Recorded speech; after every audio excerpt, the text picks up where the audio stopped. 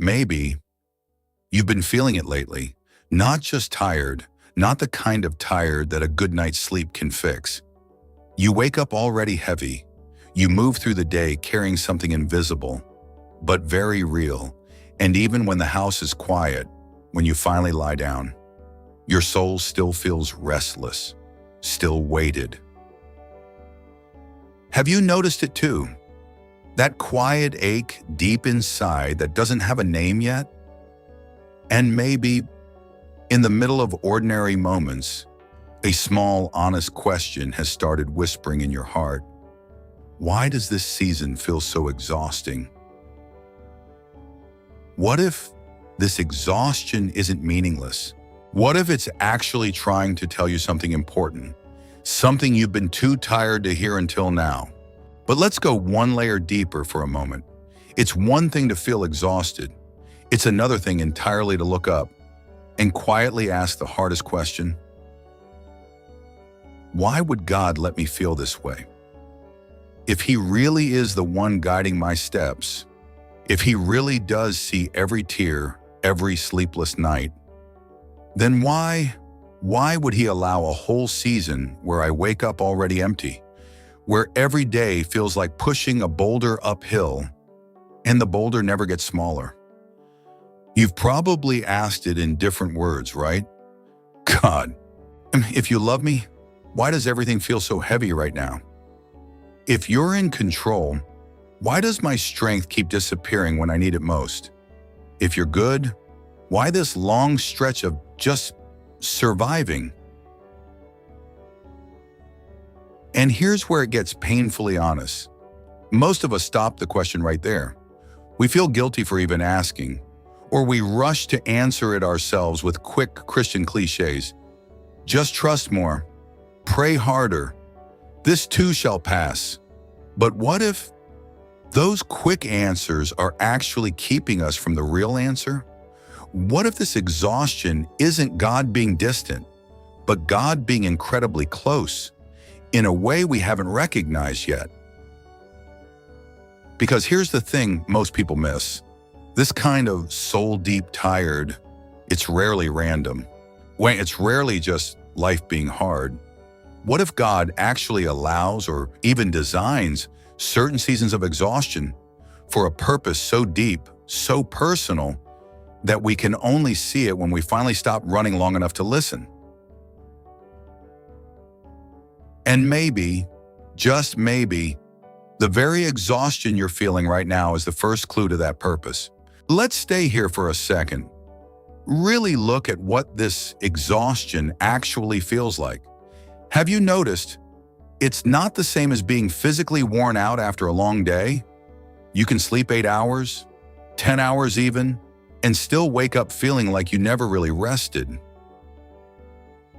Why is that? Because this tired lives somewhere deeper. It's the kind of tired that comes from carrying things that no one else can see. What are you carrying right now?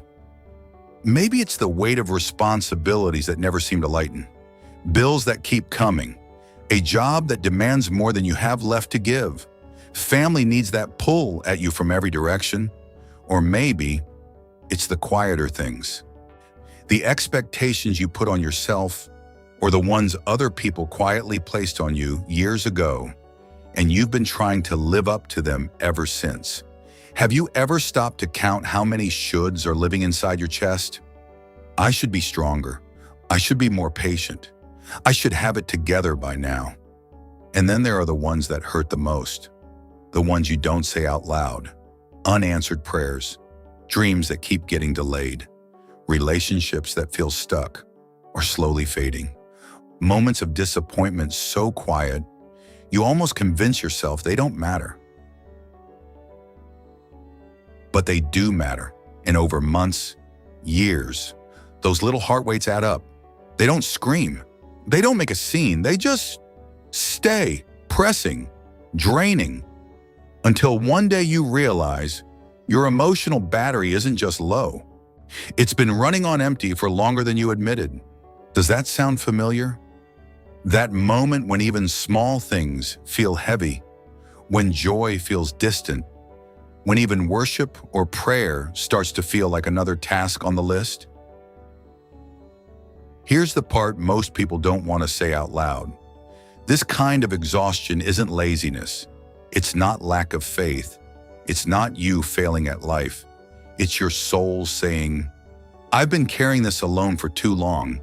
But what if that very feeling, the heaviness, the drain, the I can't do this anymore, isn't the end of the story? What if it's actually the beginning of God showing you something you couldn't see while you were still trying to hold everything together? Because sometimes the deepest pain isn't the exhaustion itself.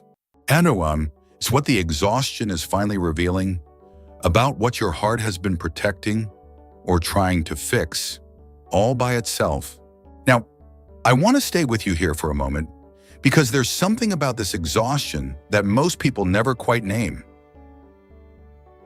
You've probably tried to explain it to yourself before, right? I just need more sleep. I just need a vacation. I just need things to slow down for a little while. And then you get the sleep. You take the trip. Things do slow down, but we're for a weekend, maybe even a week. And yet, you come back and it's still there. That same heaviness sitting right where you left it. Why is that? Here's something worth considering. There are two very different kinds of tired. There's the tired that lives in your muscles, the kind a good night's sleep actually fixes. You push hard, you rest, you recover. That's the system working the way it should. But then there's the other kind, the kind that doesn't live in your body at all. It lives in the part of you that never fully clocks out.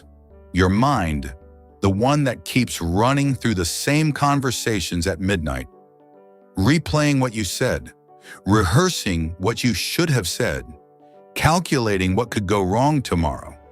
Your heart, the one that's been holding quiet grief, quiet disappointment, quiet fear, sometimes for months, sometimes for years, without a safe place to set any of it down.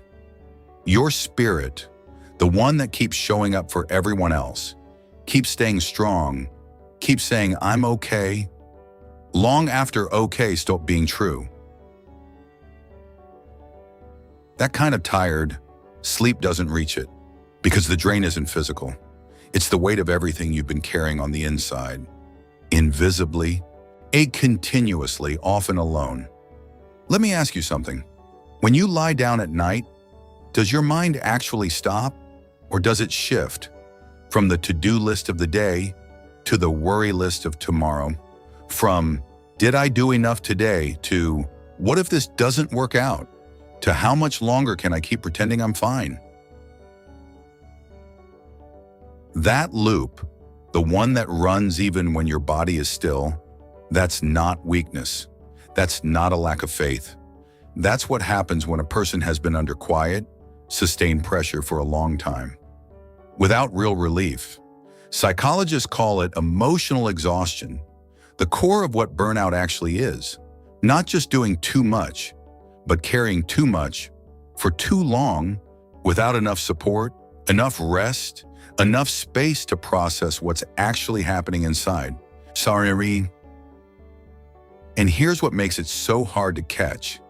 It doesn't arrive all at once. It builds slowly, like water seeping into a wall. Invisible at first, until one day the whole structure feels unstable and you're not even sure when it started. Have you noticed the signs? The way small decisions feel disproportionately heavy. The way joy feels slightly out of reach, like it's there, but behind glass. The way things that used to energize you now just feel like more to manage. That's not laziness. That's not spiritual failure. That's your inner system sending a very clear signal.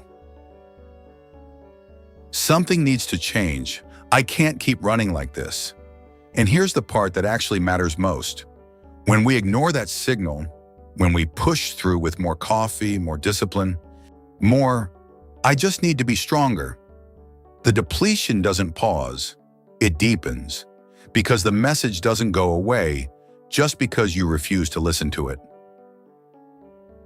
But when you finally stop long enough to hear it, that's when something shifts. Not because the circumstances changed, but because you stopped pretending the weight wasn't real. And here's what I find quietly remarkable about all of this. This experience, the mind that won't stop, the heart that's carrying too much, the spirit that's been strong for everyone except itself. It's not new. It's not a modern problem. It's not unique to your generation, your season, your particular set of struggles. Some of the strongest people in all of Scripture went through this exact same experience. And one of them, a man who had just witnessed one of the greatest miracles in the entire Old Testament, sat down under a tree shortly after and told God he was done. If emotional exhaustion could touch someone like that, what does it mean for you and me, right now, in the middle of everything we're carrying?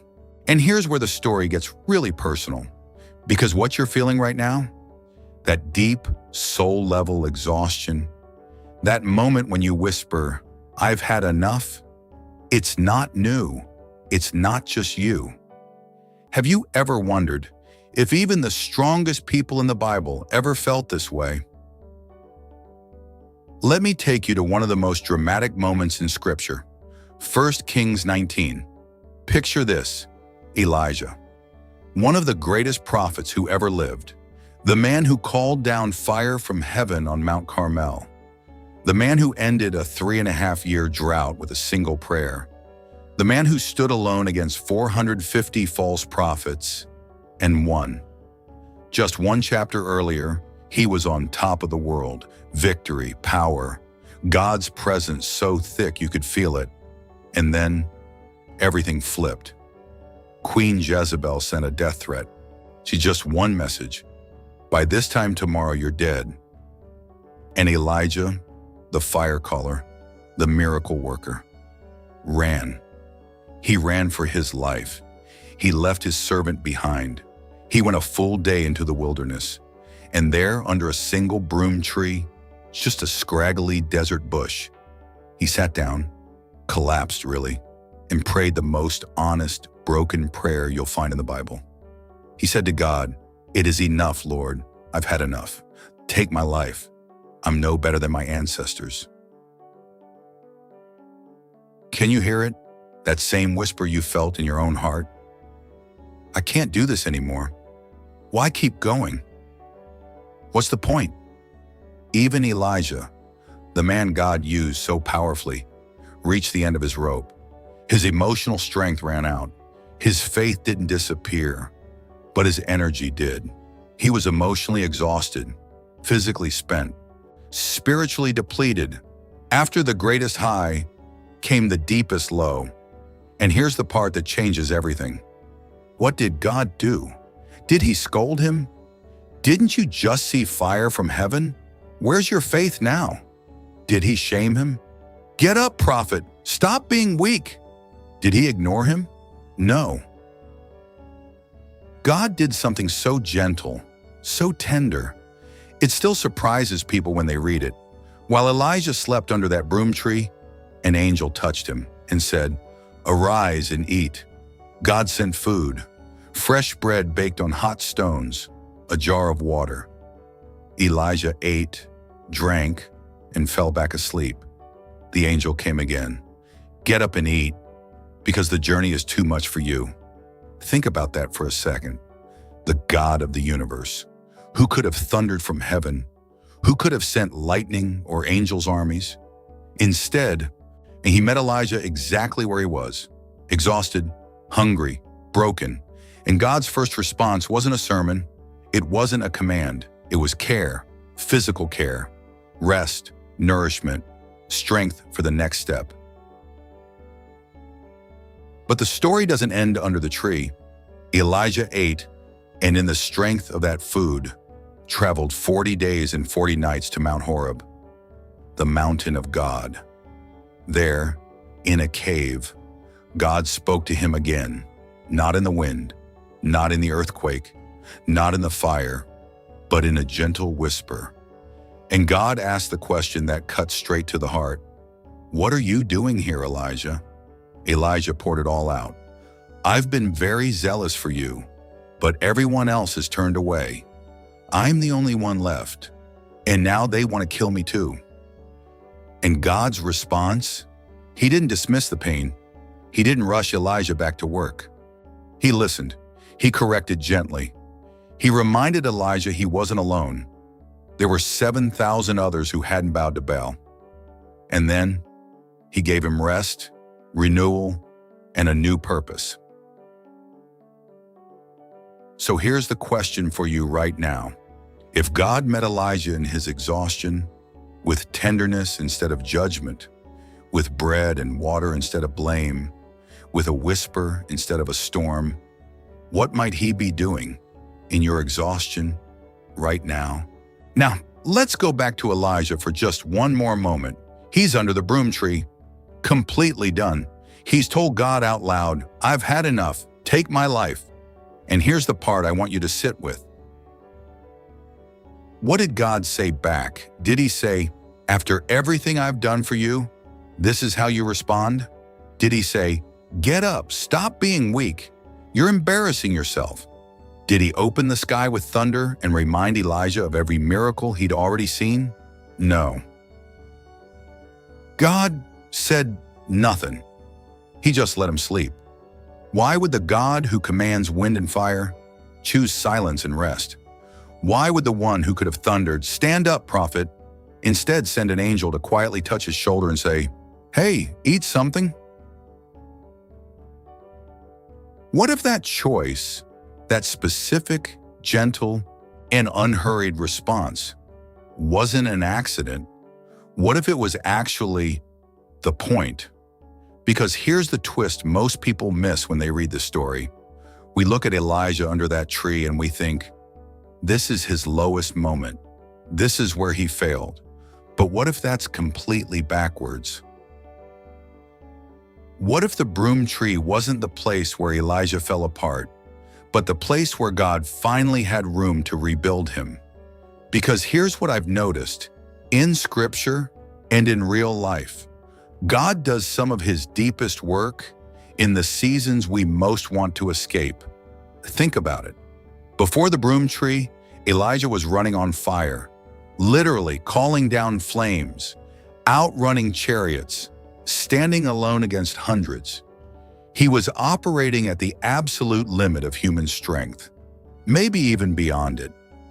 And that kind of running, it leaves no room, no stillness, no space for anything new to grow. But under the tree, everything stopped. The adrenaline was gone. The mission felt over. The performance was finished. And in that emptiness, God could finally get close. Can I ask you something honest? When was the last time you were still enough for God to actually get close? Not in a hurried morning prayer before the day swallowed you whole. Not in a worship song you sang while your mind was somewhere else, but really still, really quiet, really empty enough to receive. Because sometimes exhaustion isn't God pulling away from you. Sometimes it's God finally getting the quiet he needed to do something in you that the noise kept interrupting. Maybe he's been trying to dismantle something that was never meant to carry you this far. A version of yourself built on performance, on proving, on holding it all together so no one sees the cracks. And maybe, just maybe, the only way to take that apart gently was to let you get tired enough to stop holding it up yourself. Which of those feels closest to where you are right now? Are you tired from doing too much? Or are you tired from being someone you were never supposed to be for longer than you can remember? Here's what's remarkable about the Elijah story. After the tree, after the food, after the sleep, God doesn't send him back to do the same thing. He doesn't say, "Okay, you're rested. Go back to Mount Carmel. Call down more fire." He says, "Get up. and the journey ahead is too much for you. And then he gives him new direction, a new path, a new name to anoint, a successor. The season under the tree didn't just restore Elijah's energy, it redirected his entire calling. So what if your exhaustion isn't just asking you to rest, but asking you to reconsider? Not to give up, but to let go of the version of your life you've been white-knuckling your way through and receive the quieter, truer one God has been trying to hand you all along. Because exhaustion, real soul-level exhaustion, it strips away a lot of things. It strips away the pretending, the performing, the I'm fine. And what's left when all of that falls away? Just you, just God, in a silence that, if you let it, becomes the most honest conversation you've had in years. Remember how God spoke to Elijah on the mountain? Not in the earthquake, not in the fire, not in the roaring wind, in a whisper, a still small voice. Maybe he's been whispering to you this whole time, and maybe this exhaustion is the first season quiet enough for you to finally hear it. And this might explain something very specific about your life right now. So if you've been feeling exhausted lately, I want to say something to you directly. It does not mean you are weak. It does not mean your faith is too small. It does not mean you've been doing life wrong. And it does not mean God has lost track of where you are. What if it simply means your soul has been carrying something it was never designed to carry alone, and for longer than anyone around you realized? Think about a bone that's been fractured. You don't feel it healing. There's no moment where you sense the calcium quietly rebuilding, the tissue slowly knitting back together. It doesn't announce itself. You just rest. You protect it. You stop demanding it carry weight it isn't ready for yet. And one morning, not dramatically, not with fanfare, you reach for something and realize the ache is quieter than it was last week. That's what restoration looks like most of the time. Not a lightning bolt, not a sudden breakthrough at the altar, just quiet faithfulness, day by day, in the ordinary moments you almost didn't notice. And that may be exactly what God is doing in you right now. But here's something I want to ask you, and I want you to really sit with it. Have you actually given yourself permission to receive that?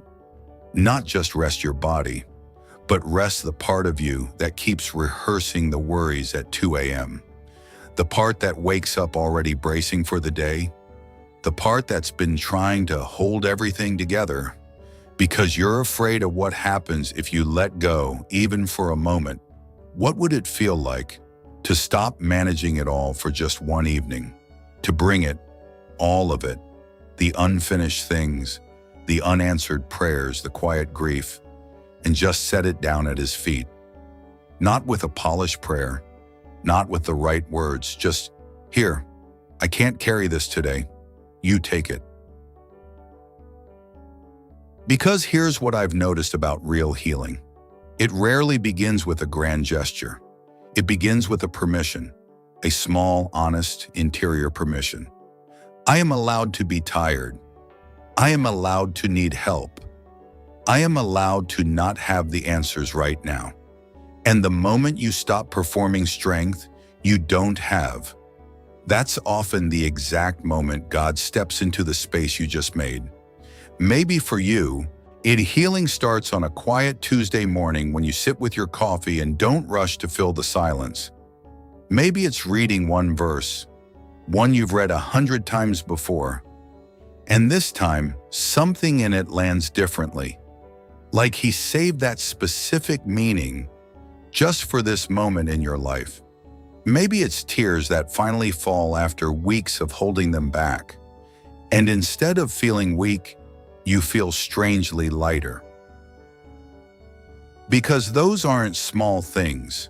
Those are the moments when the restoration is actually happening, quietly, faithfully, below the surface.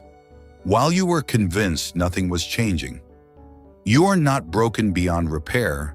You are not a project God gave up on.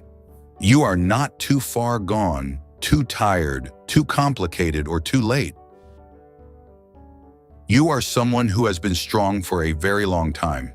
And right now in this season, God is not asking you to be stronger. He is asking you to be held. And what does being held actually look like? It looks like Elijah, not running, not performing, not proving anything, just sleeping, eating, being tended to by a God who showed up not with demands, but with bread and water, and the journey is too much for you. What if that same God, the one who met him there, is meeting you right now? Not waiting for you to recover first, not standing at a distance until you have it together, but here, in the tiredness, in the confusion, in the quiet of wherever you are listening to this. And if that's true, then this season of exhaustion isn't where your story ends. It's where something real, something that couldn't have been built any other way, is just beginning. And now, let the question linger just a little longer. What if this season you're walking through right now, the one that feels so heavy, so long, so endless, isn't the end? What if one day, maybe months from now, maybe years, you look back at this exact moment and you see something you could never see while you were in the middle of it? You'll see that the place where you thought you were breaking was actually the place where God was quietly, faithfully rebuilding you. Have you ever noticed how the most beautiful things in nature grow out of the hardest ground? A seed has to crack open before it can sprout. A tree's deepest roots go down in the dry seasons. A diamond is formed under pressure that would crush anything else. What if your soul works the same way? Sometimes the most exhausting seasons of life are the very seasons where the deepest transformation begins. Not because the pain is good in itself, but because in the pain, you finally stop long enough to let God do what only He can do. He rebuilds trust where it was shattered. He restores joy where it was buried. He teaches dependence where independence once ruled. He whispers identity where shame once shouted. And slowly, so slowly you almost miss it, strength returns. Not the old frantic strength, but a quieter, steadier one. The kind that comes from knowing you're held, even when you feel like you're falling. What will that future version of you say when she looks back in this tired season? Will she wish it never happened? Or will she whisper thanks because it was here, under the broom tree of your own life, that she learned to hear the gentle whisper again? Because here's the promise that holds everything together. God doesn't waste your weariness. He redeems it. He takes the very thing that made you say, "I've had enough," and turns it into the soil where new life grows. The exhaustion that felt like defeat becomes the doorway to deeper dependence. The nights you cried yourself to sleep become the nights He drew closest. The season you wanted to escape becomes the season you'll one day thank Him for. So if you're still here, still listening, still carrying this heaviness, let this be your quiet hope tonight. You are not stuck. You are being shaped. You are not forgotten. You are being held. Well, you are not breaking for nothing. You are being rebuilt for something beautiful. And one day, when the weight lifts, When the strength returns, when you feel joy again without forcing it, you'll look back and realize this was never the end. This was the beginning of something deeper, something truer, something only God could write. So breathe, rest, trust, because the God who met Elijah with bread and water, the God who spoke in a gentle whisper, is meeting you right now, in this very moment, with the same tenderness, and He's not finished with you yet. Thank you for staying with me through this. If this spoke to something in you today, I'd love for you to do one small thing. Drop a comment below, just a word, a sentence, whatever feels right. And then, before you sleep tonight, bring that one honest thing to God, not a polished prayer, just the truth of where you are, because that's exactly where He meets us. And until next time, may you find rest in the one who never grows tired.